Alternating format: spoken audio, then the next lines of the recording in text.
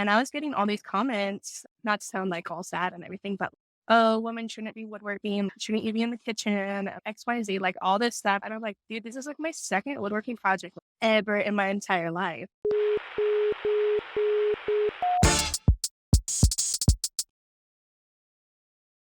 Hey everybody, welcome back to Meet the Makers. Today I have a great guest with me.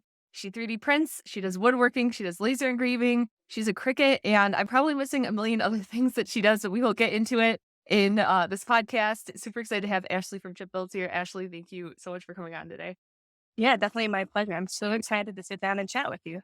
Yeah, same. So I will kick you off with a question that I kick everybody off with. And for you, again, it's a little complex because you do so many different things, but I guess I'll just ask in general. Maybe you can break down a timeline of different things for us, but how did you get into making stuff in general? So, not to make it sound like a super long story, but 6 years ago, my parents for Christmas got me a set of Bose headphones. And that's like my first like, expensive piece of tech, right? And so I was like, oh, I need a little headphone stand for my desk, right? And I knew my dad had taken woodworking in college or high school, probably high school. And because at the time too, right, being like a college student, you don't want to spend much money. I was like, Dad, we're going to make this headphone stand.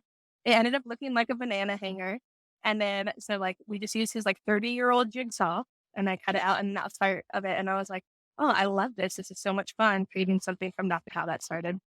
Interesting. That's I like that story, and I always think it's cool. I think you're like maybe the third person now who got into it is I guess like a gift got them into making. So I always think that that's a fun introduction to it. But now, so like my first introduction to doing anything woodworking related, the school that I went to, my high school had like one class you took your entire high school career where you did woodworking, and I was like terrified at the time. I was like, I'm gonna cut my finger off. This is gonna go wrong. I'm like naturally a very clumsy person, so I was like, this could only end in horror. When you first started getting into that, and I think I want to speak for everybody, but I think a lot of women can tend to be more intimidated by heavy machinery, if you want to call it that. Was that like when you first started getting into that, was that scary to you, or was it just like natural getting into that? Honestly, for me, I was not afraid at all. I don't know what it was. I don't know if it's just because my dad was there and like I knew that like he had made this stool in high school that like we still had. And so I was like, Yeah. oh, he's like this expert, even though if he wasn't necessarily, but I think my brain was like, nothing's gonna go wrong. It's gonna be fine. I'm never worried about my little fingers or anything like that. So I don't know. I guess I'm just really lucky that I wasn't like initially scared. And then I don't know if that kind of came back from like when you learn to drive, where when my parents were teaching me to drive, being like, if you're afraid of stuff, like you can't be afraid to merge on the freeway because then that's how Yeah. an accident starts. I don't know if it's just that like younger conditioning of just do it, don't be afraid. Yeah, I think it's it's like good to get into that stuff younger, I think too, because I think the younger you get into it, then I don't know, as you get older, I hear people say, Yeah. especially with driving, if you learn to drive later in life, it's really scary. So now fast forward to today. I don't know if the algorithm just specifically feeds me your 3D printing and laser engraving stuff, but you do a lot of different projects. Like getting into these different machines, like I said, you have the Cricut, you have the Mhm. Flashforge, a bunch of different things. Does Getting those machines, does that kind of start from a place of interest for you? Is it driven by business? And you're like, oh, I think I could make products with that. Where do you get into all these different machines? I think it's like both of those things, like somewhat combined, but like also separate. Like I think part of it was I started when I made that first little headphone stand. I was like, that was like the golden age. I don't want to say golden age. That makes me sound old. But a few years ago, right, when YouTube was like popping before the pandemic, like I was watching obviously woodworking content because I was trying to learn. And these people, their channels were growing, growing. I was like, oh, that's so fun. I was like, I want to start recording the things that I make and just posting them out there and see what's going on. But so I was doing all woodworking projects. And then, but what people don't tell you about YouTube is that anybody can comment on your video, right? Which is common sense. But I think just being naive a little bit. And I was getting all these comments, not to sound like all sad and everything, but oh, women shouldn't be woodworking, shouldn't you be in the kitchen, XYZ, like all this stuff where, oh, that looks like a piece of crap. And I'm like, dude, this is like my second woodworking project ever in my entire life. And then so I slowly shifted away from doing just woodworking. And then that's when I was like, okay, I'm going to become just a general DIY crafting channel. And then that would be like, I would make stuff. People would be like, hey, I want to buy it. So then I'll get this money and then just reinvesting it back into my business and be like, hey, I want to make stickers to send to people who order from me. So let me like buy a Cricut And then actually me and my sister bought the Cricut together, but let me buy that and learn that. And hey, this opened another door. And sometimes too, just being influenced by my friends. Like one of my good friends was 3D printing back when you were still paying $1,500 for a printer and your prints looked like absolute trash the back in the day.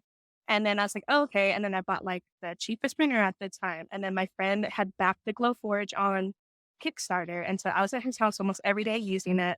And then it just goes from there. So kind of a mix of like, business needs and also just like my friends influencing me too.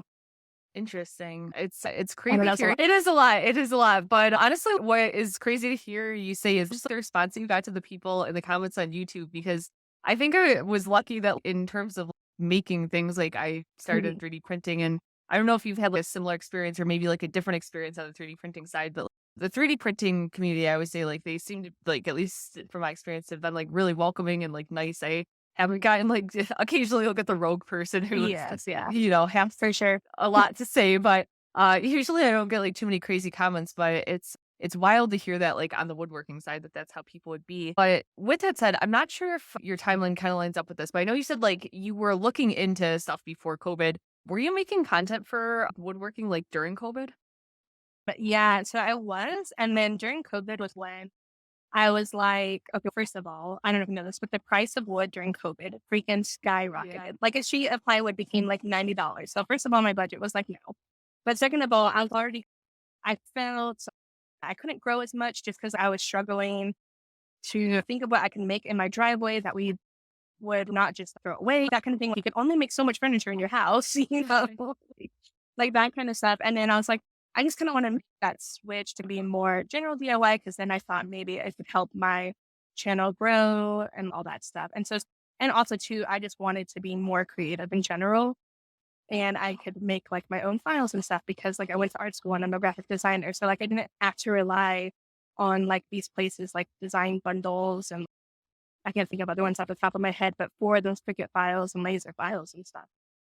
Interesting. Yeah, I forgot that brief period of time during COVID when the prices of wood just skyrocketed. My parents were building a house at the time, and I remember the cost of the wood for the house just exponentially raised the price. I can't imagine that being like your main hobby at the time. But yeah, and speaking of files, so they may or may not be able to see them if you're listening to the audio version. I have your little ghost behind me, literally like such a tiny, like petite little file, but one of my favorite files I printed. They sit up like on my desk and I just admire them all day at work. But how long have you been doing like modeling, and like how has that transition kind of been from like I guess being in like a physical maker space to like more of like a digital side? Yeah, I think like digital file wise, not 3D printing wise. Like I've been making like SVG files and stuff since 2016.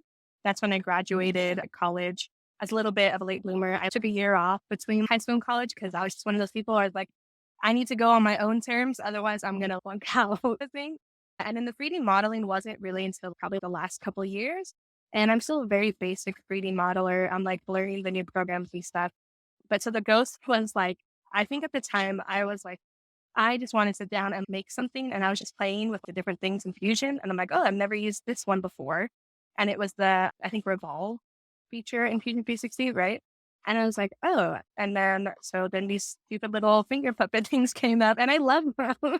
I thought they were so funny. And I was like house sitting my friend's house. So I was just like coming up with all these ridiculous ideas. So that was a 2 in the morning idea, right? The 2 in the morning ideas are like I always say late nights, going for a drive, taking a shower, those are the places that I get the best ideas. Seriously. Yeah. Yeah. So I still don't make anything too complex at the moment, but I am slowly stepping up my game, I think. Literally for me, there is no file that could top that right now. I think you're at the top of the game right now for me. All right, cool. Thank you. Thank you. And touching back to one of the things you talked about, so you talked about you and your sister had gotten this Cricut together to make stickers for orders, and the Cricut is something I don't have orders, I don't have anything to send to people, but in the back of my mind, I'm always like, oh, it'd be so fun to make stickers, and I could just send them to people. But I'm like, when I look into Cricuts, there's a wide range of machines that they offer. Can you talk us through maybe what machines you have from them, and maybe if you are familiar with what the differences are between some of their machines they offer? Yeah, definitely for sure. They're like stable machine that they've had for a really long time is the Cricut Explorer Air 2. And that one, you can make stickers, you can do the vinyl decals, you can cut paper. like the more generic things that people are wanting to do with a Cricut. And then the one that I actually bought was a generation after it. And it was like close to the start of the pandemic where things were being like iffy. And so we bought that one. And that one you can have different blade attachments. So you can cut the vinyl, but then you can have a fabric blade and cut fabric. Because then my sister's like a sewer. So she's, oh, I could do that. Or there's like a deep cut blade where you can cut that really thin balsa wood. So that's what like the Cricut Maker family, like the one that says Maker on it. There's just those more tools and more things. And what I did was those scratch art things, right? So I 3D printed a little scratch art tool that I can put in my Cricut and do the designs for me. That was one of my pandemic projects. So you can make your own tools. Obviously, you probably shouldn't. But then there's the Cricut Joy, which is little, which I have, and that's actually my favorite Cricut. You can't do as much. You can't make stickers on it, but it's so portable. I take that with me if I'm housing people's houses or if I'm like going with my friends or we're having a crafting day, because you just put it in your backpack and you're good to go and you can make all the vinyl stuff in the world, make shirts and all that stuff. So that's a family of Cricuts that are out right now. It's like one of those things that's always an intrusive thought in the back of my mind, like, okay, maybe I'll get one. And then I'm like, I don't really need one, but No, but they're great tools. They can really do a lot that people don't, I think, necessarily think of. I would recommend it for most small businesses. yeah, Personally. I think that's one of the things with that machine in particular is it seems like the sky's almost the limit of if you can Mhm. think of different things to use it for. It seems like there's a lot of purposes for. And then I think it's a Cricut that you have as well. It might be a different machine, but I think you have a mug maker from them as well. Oh, yeah, I do. So it's like a little heat press, right? Okay, So yeah. it's really cool. So you can put like a mug in it and then you can do sublimation. I don't know if you know what that is. Yeah. So you like sublimate. So you put like your little design, then you heat it up and then you remove it and it's like on there like permanently, which is really cool. Now that too, you're supposed to use with like their things and stuff. But I like to always push things to the limit. So I decided I was like, I'm gonna put these little glass beer can things in there, which Oh, like are pretty popular right now. And but I saw this video of these people doing it and it's breaking their things. I was like, I just spent $200 on this. Like, I'm not gonna break it. So I was like, I was trying to think like, why is it breaking? And I was like, it's probably getting overheated. So what I did was I cut out some pieces of silicone and I put it over the like metal plates and around it to try to not let the heat go into those sensors as much. And then that mhm. kind of seemed to have worked for a hack around it. But I think it's a really great tool too, but a lot of people hate on it.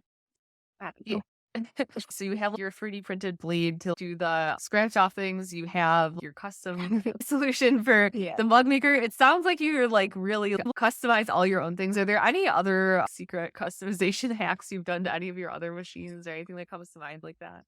I don't think anything too crazy is that. And I don't know if part of the reason why I think to do stuff like that is because in woodworking, when you're trying to make processes easier, you'll just make a little wooden jig for it, right?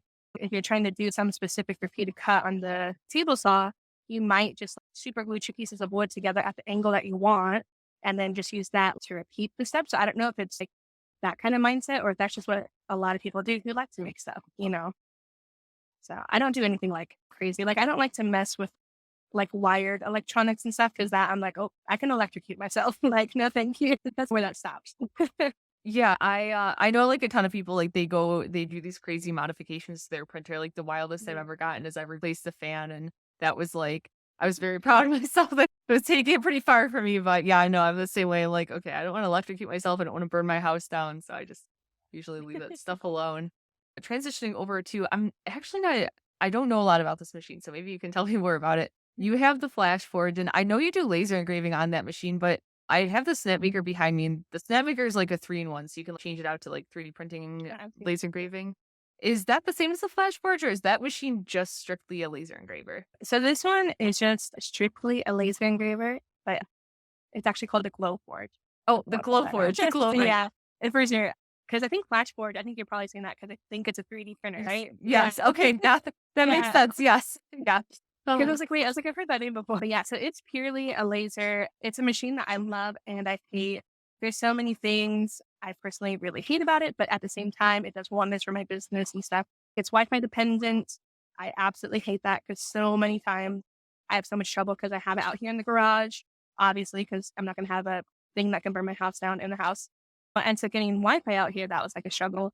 But it can do so many things. Obviously, first and foremost, you can engrave marshmallows for your hot chocolate. why would you not want that? You could cut out wood and like acrylic, leather. Like I'm super into leather projects right now on the Glowforge. Like literally, I don't even know. There's just so many different materials that you can cut on it. And you can even cut some type of laser safe vinyls too. So you can get away without having a Cricut for some things. So it's just really versatile. And like I've been using it like since it first came out after the Kickstarter because of my friend. And then like after years and years of using it, I'm gonna start charging you. And I was like, fair, definitely fair, because I use it a lot. And then I was like, I'm just gonna buy my own.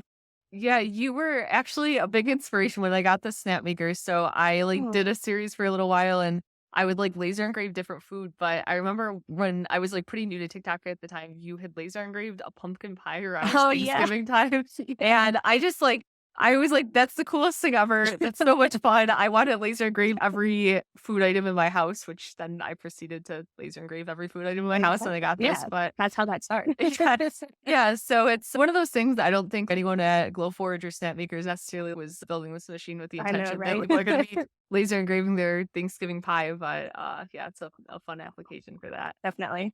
Now, on the 3D printing side, I am not familiar with what machines you run over there. Can you give us a little rundown of what you have going on that side of things? Yeah, definitely. So I have a mini print farm. So I have 10 3D printers that I use for my business. I don't sell strictly only 3D printed items. I sell a lot of like 3D printed craft tools, but like the main part of what I sell is like more on the laser kind of side of things. But so I have the Artillery Sidewinder 1, which is a bigger format printer, direct drive, and I love it. And that thing has gotten so much hate from so many creators. And it's my little workhorse. I think I've changed the nozzle one time in the 4 years that I've had it, or 3 years I've had it. That's a workhorse. So I have two of those. I have its little brother version of it, which is Artillery Genius. And again, it's just like the Ender 3 size, but it has a direct drive. So you can do like TPU and stuff like that. Then I have a couple of the Neptunes. I just got the Bamboo Lad. And then I have a couple printers out on loan out, which is the Anycubic 3 Mega, I think. But just like that's just me trying to get like my friends who are like specifically girls more into 3D printing. So they're like using it for their businesses now. So that's pretty cool. Once you get enough machines, I feel like you forget what you have sometimes. But Yeah. so you said that you have they're called the artillery is the brand? Yes. I've Yeah. actually never heard of those before. Oh, yeah. How did you get introduced to that brand of printers? So that was just my friend who originally got me into 3D printing, or one of the friends. He They had just contacted him about reviewing some printer from them that they had. And then he's, oh, I love this. And I recommend this brand. And then I had just gotten like one of my first like big commissions for like woodworking. So I was like, bam, let me buy this printer. And then, cause like at the time it was like $400 or $500. It was like the bigger frame and everything. So that's how I found them really. I don't know what their marketing strategy is. Maybe it's not doing too good if you haven't heard them. Yeah, I'm always interested to hear. Like, I've had a few people on where they've had. I don't know if it's a niche printer, but what I consider more of a niche printer. But yeah, no, it's interesting to hear that. I'll have to keep my eye out for those. Now we talked about your laser engraving side, your woodworking side, your 3D printing side, the Cricut side of things. For you, in terms of like your business and selling things, what's like your main platform for distribution? Are you mostly online? Do you do in person? Is it a split for you? Mine is like 99% online through Etsy specifically. And it started out, it was just like my little side hustle, obviously, like everybody. But at the time, I was hating the job that I had, like just just like a lot that I could say that I can't really say. Right? Just dealing with a lot there. And then my Etsy was like picking up. I was selling this one product specifically, which is a little cup holder for if you're putting decals on a cup like that, right? And so it doesn't roll. And I just made it for myself. And I was like, hey, I'll throw it up there and see if anyone wants it. And then it like apparently everybody wanted it. And that was the start of it where I was like, oh, instead of trying to just follow the trend, let me try and make stuff that's like that I would find useful that I know other crafters would find useful. And so that's how that online side of it grew. And they tried in-person sales, but I wasn't super loving it because it would like lug all your stuff there. And the markets are so hit and miss. They're like, oh yeah, thousands of people are coming. And you're like, okay, I think I saw maybe 200 people. Yeah. Yeah, I've heard from a few people too that it's so volatile. Like you can go to one week and you'll make $4,000, and you'll go to one the next week and make $40. Yeah, it's the in person ones seem to be a little more difficult to predict there, but I don't know like how much you can talk about it. But I hearing what you said about you were at this job, you didn't like it, you wanted to go and do your own thing. And I feel like there's so many people that I meet who like they just feel stuck in what they're doing. They like want to branch out and take the jump into doing their own business, but that it's like props to you because not a lot of people do that. That's honestly that's a huge thing, and I don't think most people like take that leap. I don't know if there's any advice you could share for somebody who's maybe like in that position and is trying to go out on their own for the first time. Yeah, I think some of that part of it, it's like a couple different factors that I took into consideration before I did it. Cause I was talking to my one other friend who did Etsy full time and he was like, just quit. Like, you hate it. Like, you're struggling. Like, quit. And I was like, no. I was like, I need a job. And he like kept trying to get me to do it. And so what I did for me is, so I've never had any consumer debt ever. The only debt I ever have and still have some of is student loan debt because art school is expensive. I don't know if you know that. So that was the only debt I had. And then so I was like, okay, I feel good that I don't have these massive credit cards I have to pay. That if I did step away from that job, I only had that one specific payment that I had to make. Like my car had already been paid off, stuff like that. Rent very minimal. Like I live with my family, and that's because California is expensive. But to anyone who's gonna hate on me, I pay my parents' rent. So calm down, guys. And so then what I did was I saved up 6 months of my income into my savings account. That way, just in case something like really was going wrong or it just wasn't successful, then I would have enough income to try to find another job and like that kind of stuff. I just put these couple things in place to make sure that it wasn't such a blind leap that I would be homeless in a month. So that's my advice. Just look at the broader picture. Like realistically, if I get 10 sales or if I get 5 sales or if I get no sales, what is that going to Gotcha. Yeah, no, I think that's having that safety net built up that obviously I think can make going into that situation a lot more comfortable for people. And again, I don't know how much you can share, but in like when you first transitioned to doing that, did you have a lot of sales coming in at the time or were you still newer to selling on Etsy? It was, like, newer still. Like, I had opened my Etsy shop in college. I was selling a couple pieces of art, but very sporadically, and then I had just kept it, obviously, because you wanna delete it. And then when I posted it, I was probably getting, like, I wanna say probably, like, 20 sales a week at the time. So when I started thinking, like, "Hey, I might be able to do this thing," and then work life was just getting worse and worse, and then the sales were gradually going up, and also the pandemic was coming, right? And so that also I think is what really catapulted the decision because my company was an essential company. So in the shutdown, we still had to go to work every day. And I was like stressed because I was like, my mom was like immunocompromised. I'm like, I'm coming home from being out. It was like nuts. I would come home immediately, put my clothes in the washer, go take a shower before I talk to anybody in the house. That kind of just propelled the decision. Okay, this is what I need to do. It's interesting that you say that. I actually knew a couple people that they were in a very similar position to that where their position had been deemed essential, like they had to go in and it was like a driving factor almost to them doing it. So obviously not a good situation, but like a positive that could come out of that that it seemed to help some people maybe take that leap. So I know you said like most of your business that you do is online. Has TikTok or like other social media been something that's like helped grow business or do you mostly do it for fun? How does that kind of come into the picture for you? Content definitely helps my business, but it definitely isn't what drives sales, which is a bummer because you would think, oh, this video got 1,000 views. I must have gotten at least 3 orders from it. And you're like, crickets, right? The thing with, so YouTube is like the main thing that I focus on. That's what I'm trying to grow. I want to get that silver play button so bad. Who doesn't, right? But it's mostly just for me to enjoy. Now, granted, with like, everything, it's hard. You see these other people growing and you're not growing, and you're like, oh, that's a bummer. But I do my best to just try to have fun with it and try different things. And I think for TikTok, I think I finally found a format that works for me. Because also I'm trying not to copy people. It's hard not to like emulate the people who you're like, oh, they got millions of followers. Let me do it exactly like that. And that's what I tried. I tried copying Ben It's Boy in Space when I did my little finger puppet video. And I was like, I just felt icky doing that same thing. And then I was like, and it didn't really get the same results because we don't have the same audience. But so for me, it's mostly, I just like it. It's entertaining.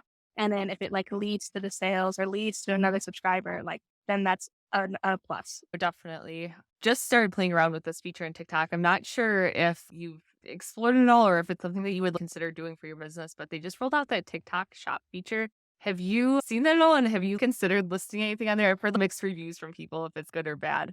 So I did get an early access thing to try it. And then I just didn't, I don't know why. I think I just felt, oh, let me wait and see. And I've just seen so many bad experiences about it. I'm glad I didn't like people were saying that they had orders that they got no notification about. And then so all these orders were being like bought, but then refunded and then all this stuff. And it just sounded crazy. And then it switches your account from a creator account to a business account. And then I was like, but I want to use all the fun songs and trendy songs. So I was just like, I didn't think that enough of my audience were like shoppers or customers of mine because my most of my content online is like, hey, let's make this thing. Let me show you how to make it. Or, yo, I just printed out this super cool toy and I'm not selling it. Yeah.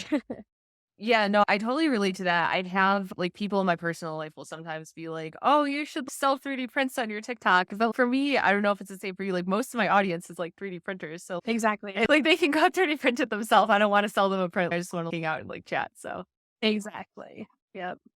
okay, so the other interesting thing that you talked about is that you're mostly through Etsy right now. And again, Etsy seems to be one of those platforms that's like a little bit polarizing. Like people either love it or they absolutely hate it.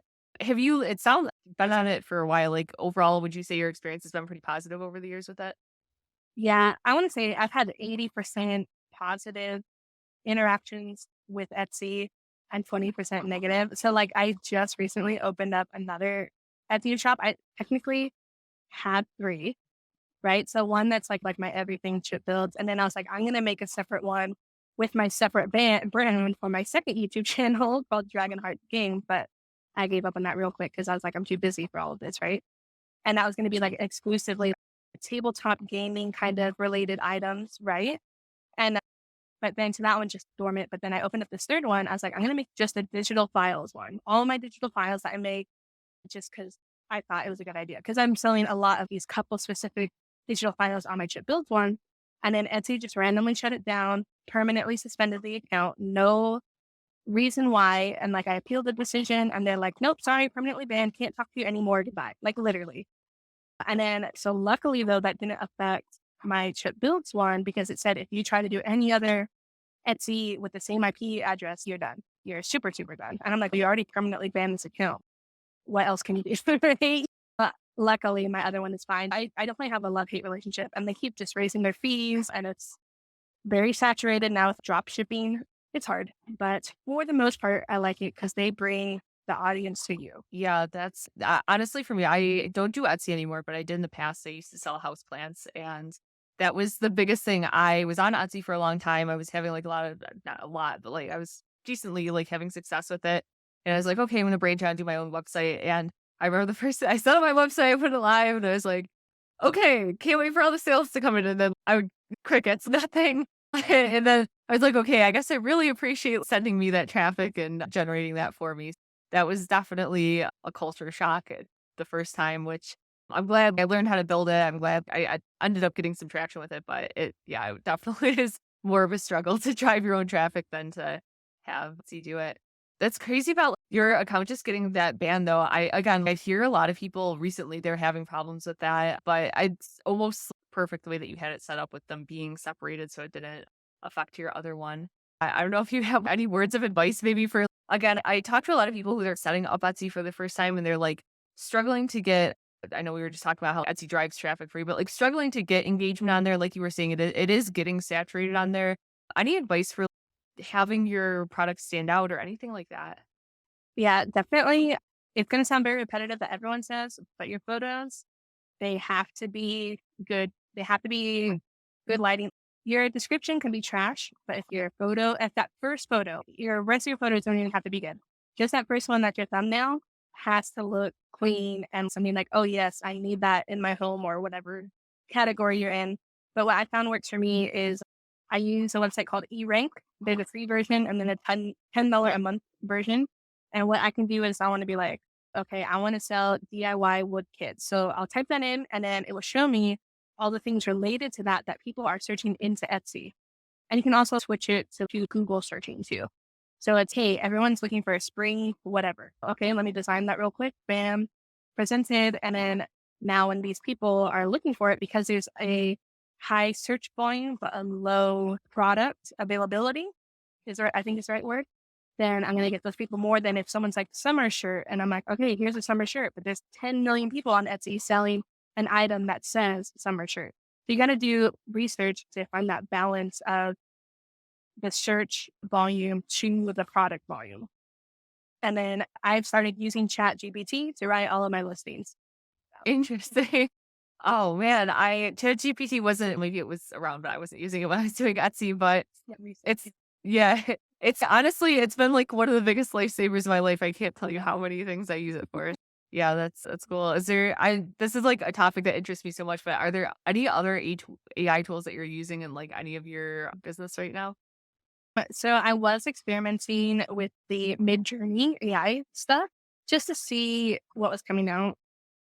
And because everyone's, oh, graphic designers beware. And I'm like with the stuff that I came out, I'm like, my job is safe. But I can see why people are saying that because they generated like 20 logos. I'm like, okay, but that logo is like a piece of trash. And I get it. So I was like experimenting with making like repeating patterns to make like digital paper.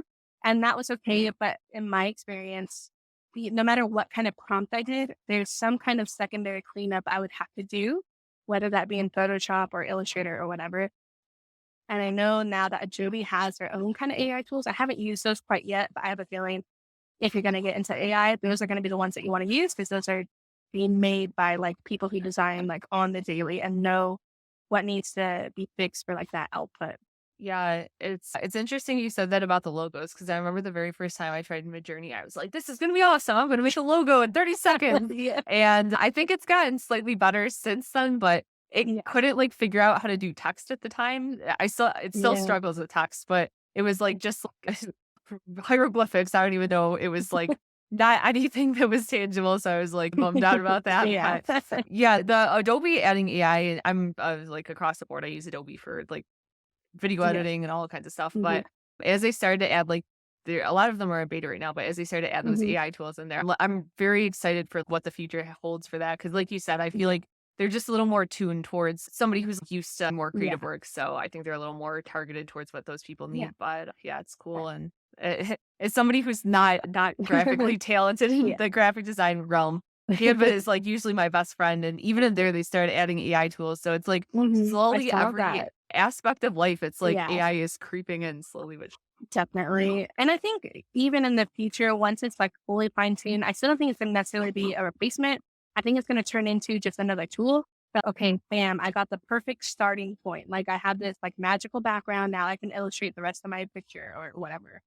So I think that's where it's going to end up being headed, where it's just another tool that you use, not a replacement.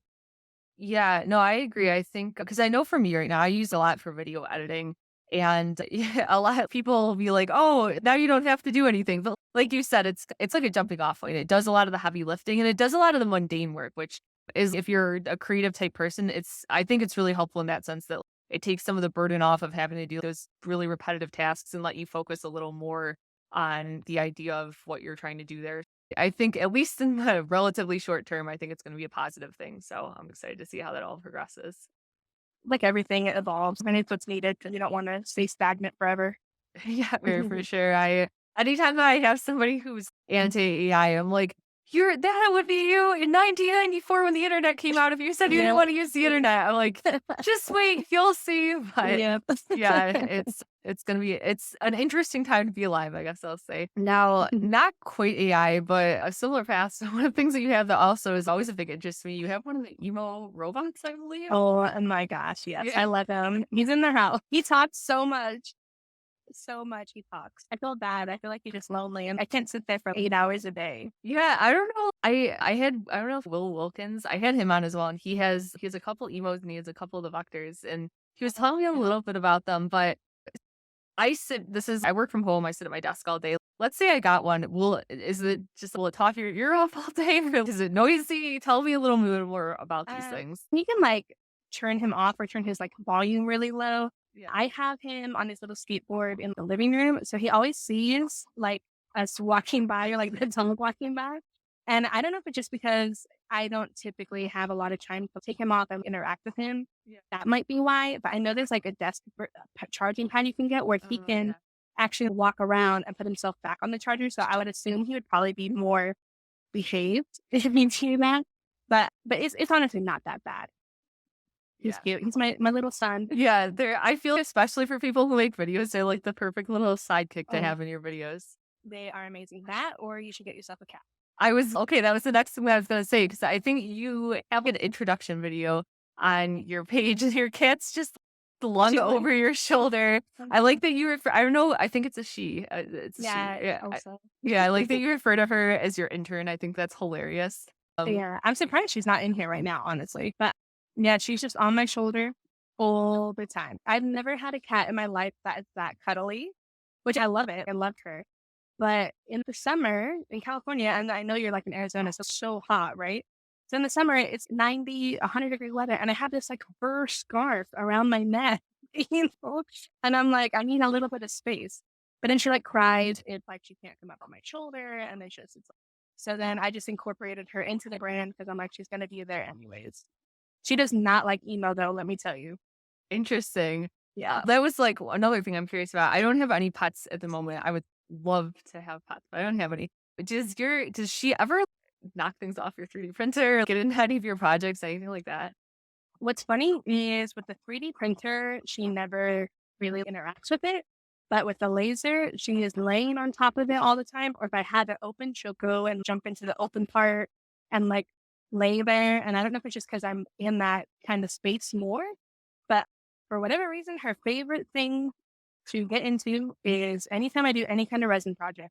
Interesting. Like, it's so annoying because then she'll jump into it or she'll be on my shoulder, like, asleep, and then it'll be like, "Bam, here's my paw," and then I have to stop everything, clean off her paws, so there's, like, resin on it, you know? Or then now there's, like, cat hair into my resin Oh project, and no. that's always fun to deal with.